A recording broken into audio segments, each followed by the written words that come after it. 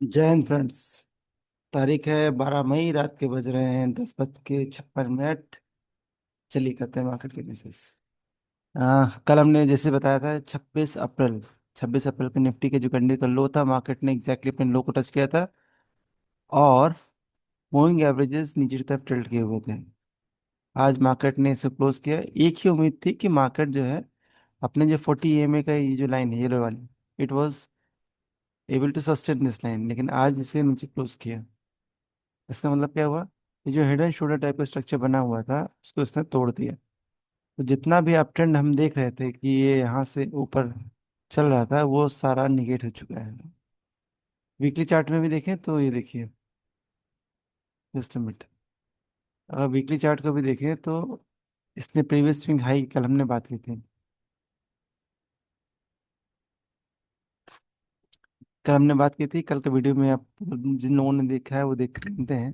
कल हमने बात की थी प्रीवियस स्विंग हाई के नीचे एक लोअर टॉप टाइप की स्थिति बन गई है। अगर हम इसको बनाए तो पिछला टॉप ये था और इस बार का जो टॉप बना है वो उससे नीचे है। ठीक है। यानी दो टॉप बन गए यहाँ पर। Just minute. यानी ये जो टॉप बना है ये पिछले टॉप से छोटा है। ठीक है। ये टॉप बना है, ये प्रीवियस टॉप से छोटा है। यानी मार्केट लोअर लो लोअर हाई के स्ट्रक्चर में वापस से आ गया है। प्रीवियस स्विंग लो को तोड़ दिया है और टॉप जो है पीछे से।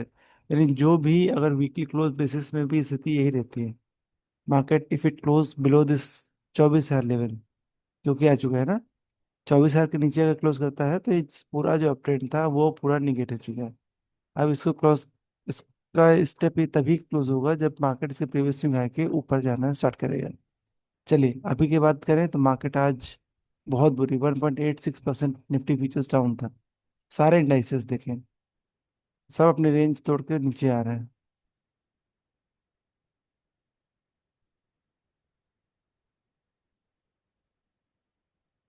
ये देखिए, फिर निफ्टी 50 तो ऑलरेडी वीक था।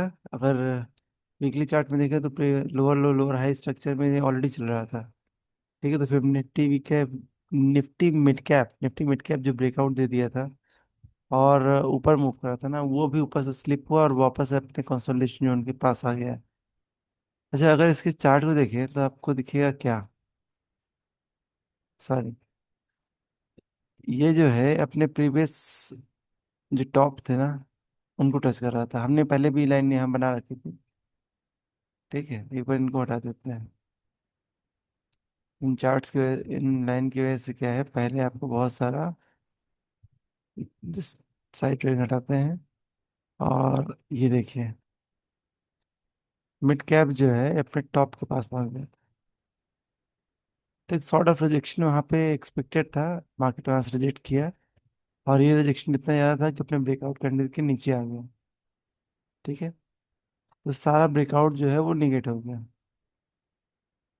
निफ्टी नेक्स्ट 50 देखिए, जिसका ब्रेकआउट करने था उसके नीचे चला गया।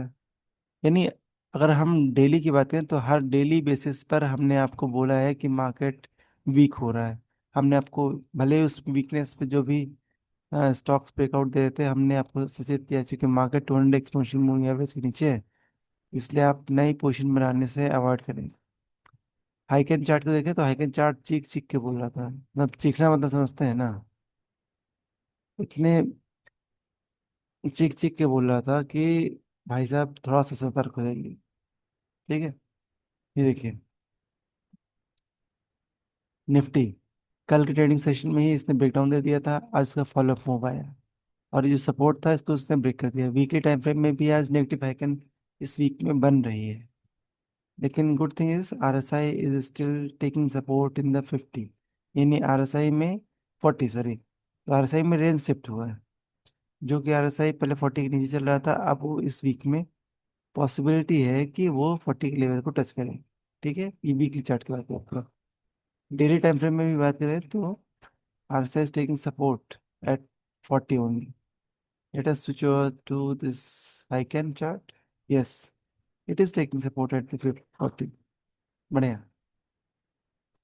तो संभव है कि बहुत ज़्यादा डाउन टर्न आपको ना मिले, लेकिन क्योंकि देखिए, जब भी मार्केट डेली टाइम फ्रेम में 200 एक्सपोनेंशियल मूविंग एवरेज के नीचे मूव करता है, तो मार्केट में भले ही अपट्रेंड हो, लेकिन वॉलेटिलिटी बहुत ज़्यादा होती है।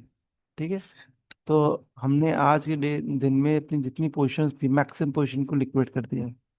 और ये लिक्विडेशन हम आज से नहीं कर रहे हैं, लिक्विडेशन हम पिछले 2 दिन से कर रहे थे, 3 दिन से। ठीक है। तो बढ़िया है, थोड़ा मार्केट में नई फ्रेश लॉन्ग मत क्रिएट करिए, इवन फ्रेश शॉर्ट भी मत क्रिएट करिए। आपको अपॉर्चुनिटी जब मिलेगी एक लॉन्ग कोशिश करिए। और चूंकि हम लॉन्ग ओनली ट्रेडर हैं, क्योंकि ज़्यादातर इक्विटी में ट्रेड करते हैं, शॉर्ट्स ठीक होते नहीं। देखिए, ये ब्लिस फार्मा फार्मा स्टॉक जो था, इसमें हमारा प्रॉफिट बन रहा था। क्योंकि मार्केट ओवरऑल वीक था, इसके चलते हमने क्या किया कि कुछ क्वांटिटीज में भी होल्ड कर रखे हैं, लेकिन मैक्सिमम क्वांटिटी हमने इसमें बुक कर लिया है। क्यों? इसलिए कि जब अगर निफ्टी गिरेगा ना, तो उसके पीछे पीछे सब कुछ गिरेगा, दो इट इज होल्डिंग। और इससे हमें पूरी उम्मीद है कि ये एक ऐसा स्टॉक है जो यहाँ से आउट परफॉर्म करेगा, क्योंकि एक अच्छी रन रैली के बाद ये एक फ्लैग टाइप का पैटर्न दे रहा है।